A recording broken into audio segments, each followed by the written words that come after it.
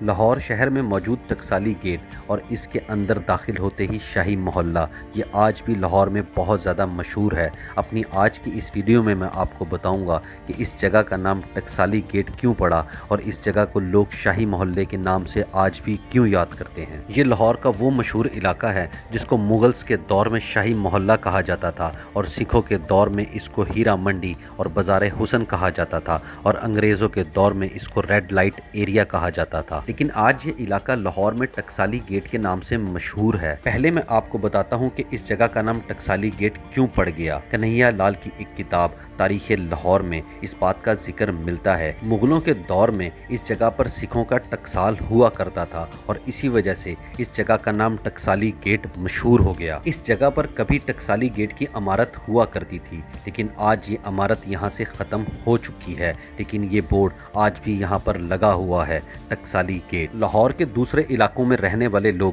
اس جگہ کے بارے میں بہت زیادہ منفی خیالات رکھا کرتے تھے، لیکن خوش قسمتی سے 2011 میں یہاں پر فوڈ سٹریٹ یعنی فوڈ کورٹ بنا دیا گیا اور پھر اسی وجہ سے اس جگہ کو ایک نئی زندگی مل گئی۔ اس جگہ پر جب آپ انٹر ہوتے ہیں تو یہاں پر آپ کو ایک بگی مارکیٹ بھی ملے گی۔ یہاں پر لوگ آج بھی اپنی بگیاں لے کر کھڑے ہوتے ہیں، فرق صرف اتنا ہے کہ یہ بگیاں اب صرف شادی بیاہ وغیرہ میں استعمال ہوتی ہیں، لیکن ایک دور میں تانگا پورے لاہور میں چلا کرتا تھا، لیکن آج دور بدل چکا ہے اور اسی وجہ سے لوگ رکشہ اور گاڑیوں میں زیادہ سفر کرنا پسند کرتے ہیں۔ بگی مارکیٹ سے جب آپ تھوڑا آگے آتے ہیں تو یہاں پر آپ کو استاد دامن کا گھر بھی نظر آئے گا اور استاد دامن پنجابی کے ایک مشہور شاعر تھے۔ استاد دامن کی زندگی میں لوگ یہاں پر علم اور ادب سیکھنے آیا کرتے تھے۔ بادشاہ اکبر کے دور میں لاہور شہر سلطنت کا مرکزی شہر ہوا کرتا تھا اور اسی دور میں اس کو شاہی محلہ کہا جاتا تھا۔ اس دور میں بادشاہوں کے نوکر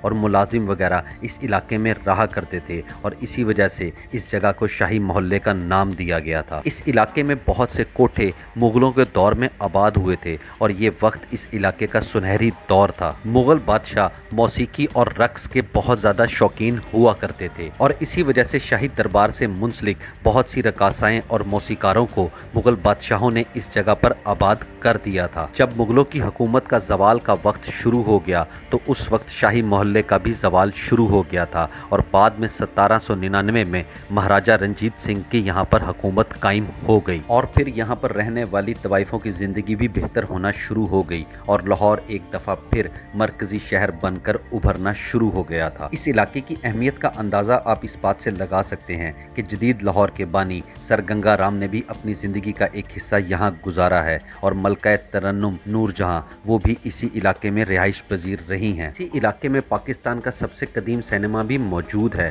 اس سینما کو 1908 میں تعمیر کیا گیا تھا اور اس وقت اس کا نام عزیز تھیٹر رکھا گیا تھا اور کچھ عرصے بعد اس کا نام تبدیل کر کے رائل تھیٹر رکھ دیا گیا تھا، لیکن 1947 میں جب انڈیا اور پاکستان الگ الگ ملک بن گئے تب اس کا نام پاکستان ٹاکیز رکھ دیا گیا تھا اور اس کا نام آج بھی پاکستان ٹاکیز ہی ہے، لیکن اب یہ سینما بند ہو چکا ہے۔ اس سینما میں پاکستان کی بہت سی مشہور ہستیاں پرفارم کر چکی ہیں۔ اس سینما کے ساتھ ہی ایک گھر موجود ہے جہاں پر ایک مشہور اردو ادب کے افسانہ نگار غلام عباس نے اپنی زندگی کا ایک حصہ گزارا تھا۔ یہ وہی افسانہ نگار ہیں جنہوں نے ایک مشہور گانا تانا بانا بنتی ہوا لکھا تھا۔ انہوں نے ایک افسانہ لکھا تھا آنندی اور اس افسانے پر ایک مووی منڈی بھی بنائی گئی تھی۔ غلام عباس نے یہ افسانہ 1939 میں لکھا تھا، لیکن اس پر مووی 1983 میں بنائی گئی تھی۔ ٹکسالی وہ علاقہ ہے جہاں پر برے صغیر کے بے شمار فنکاروں نے جنم لیا تھا۔ اسی علاقے میں